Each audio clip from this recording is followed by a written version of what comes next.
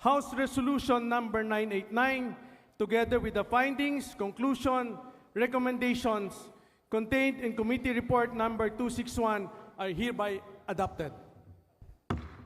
Higit pa sa kailangang 106 votes ang nakuha para i-impeach muli ng Kamara si Vice President Sara Duterte.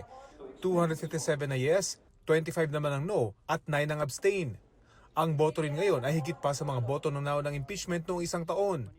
Sa sponsorship speech ni House Committee Chair Representative Jervil Luistro, nilinaw niya ang pinagbobotohan nilang committee report at resolusyong nagtatakda ng articles of impeachment.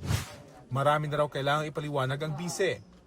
Kabilang ang ebidensyang certification mula sa Philippine Statistics Authority na walang birth, death at marriage certificates ang ilang tumanggap ng confidential funds, notices of disallowance ng Commission on Audit, at transaction report galing sa Anti-Money Laundering Council sa bilyong-bilyong pisong pumasok at lumabas sa bank accounts ng bise at kanyang asawa.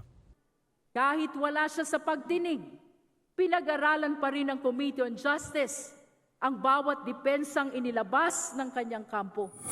Idinaan sa roll call ang pagboto. Nagpaliwanag din ang ilang kongresista sa kanilang boto. Nakita natin lahat ang smoking guns, ang bilyon-bilyones na perang dumaan sa accounts ni Vice President Sara Duterte sa kabila ng milyones lang na dineklara sa kanyang salin. To Vice President Sara, see you in the impeachment court. Sara Duterte is our nation's most vocal anti-corruption figure. Yet instead of congratulating her, you instead seek to remove her. I will not waste our nation's future, which is why my vote is no. Nagpaabot ng manifestation ng kanyang no vote ang kapatid ng bise na si Davao City 1st District Representative Paulo Duterte na lumabas na ng plenaryo noong paumpisa pa lang ang sesyon.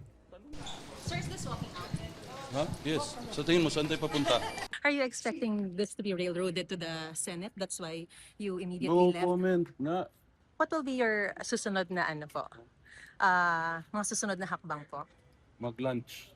Umalis din sina Davao City 2nd District Representative Omar Vincent Duterte at puwersa ng Pilipinong Pandagat Party List Representative Harold James Duterte. Ang mga abogado ng bise, tiniyak na handa siyang depensahan sa Senate Impeachment Court kahit pa may mga petition silang nakabinbin sa Korte Suprema. Formal nang inendorso ng Kamara sa Senado ang Articles of Impeachment laban sa bise. Rafi Tima, GMA News.